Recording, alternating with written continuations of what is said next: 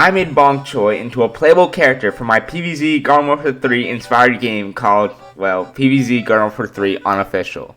Now, Bonk Choy was the most requested character from the first video, so now he will be the next character coming to PvZ GW3, or as I legally call him, Balk Choi.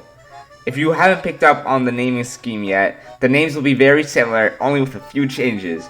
So this won't be Citron, this will be Crinton. This won't be Rose, this will be Roz. Anyways, let's get into Bonk Choy's design. Now, it is a tradition on this channel, we must always introduce new characters to the montage. So with that, here is Bonk Choy.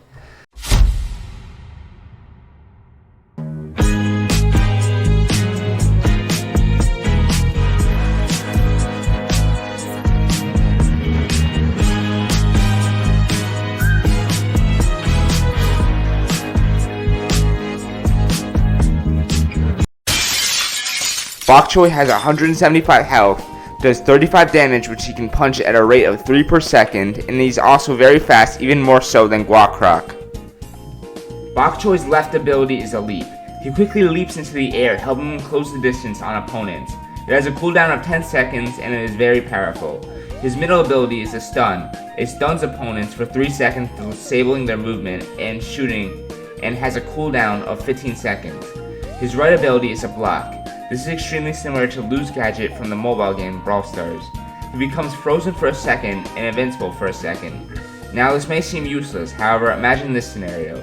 A foot soldier jumps onto you and is about to ZPG and unload their whole magazine onto you. With the block you can absorb the ZPG and all the ammo, leaving them in a horrible position, especially taking the stun ability into account.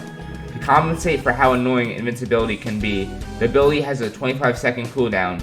All values are subject to change, by the way, since I do have a feeling all the cooldowns are very short.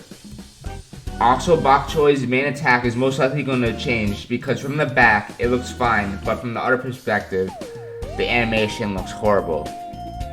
What the hell? When designing Balk Choi's kit, I thought to myself, how would he be matched up against a character like Guakrok? He's outclassed in the range department by Guakrok, so we would need a way to close the distance. So that is why he has a leap. This, however, wouldn't be enough since Guakrok's dash allows him to escape Balk Choi. That is why I gave him my stun. But what happens if Guakrok's high burst damage from his mini Guakrok spit and tailspin kill Balk Choi before he even gets a chance to stun Guakrok? Well, Balk Choi has the ability to block all the burst damage and then finish him off.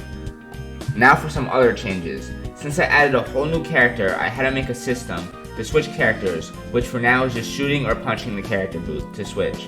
It also made a reusable system for all the characters. Then I made a saving system so the game remembers which character you were playing last. I also improved the Goblin Zombies model by making its clothes more detailed. I additionally shrunk the UI by 10% since most people thought it was too big. As I said many times before, the demo is almost here. There will only be 2 more devlogs after this one, before the demo comes out. One being adding variants and improvements to lobby, which will come out very soon, and the other being where I polish up the games, adding various effects, optimizations, and bug fixes. And with that, goodbye.